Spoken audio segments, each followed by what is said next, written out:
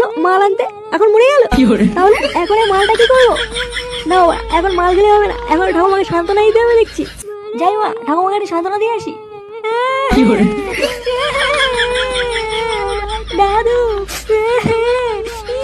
দাদু, আমারও ভাতার মরে গেল রে। ভাতার বলছি না, এটা তো আমার দাদু হয়। মাল না খেয়ে নেশা হয়ে গেছে দেখছি। আমার দাদু মরে গেল রে। ও দাদু গো, আমায় ছেড়ে যেও না গো দাদু। আরে একটা সাদা ভাঙা গান হয়ে গেল মনে হচ্ছে। এটা কি তা বলছো রে? তাই তো দেখছি ওরা। একটা কথা আমার মাথায় কিছুতেই ঢুকছে না। কি কথা?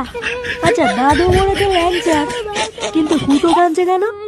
তা ঠিকই বলেছিস, আমার তো মাথায় কিছু ঢুকছে না।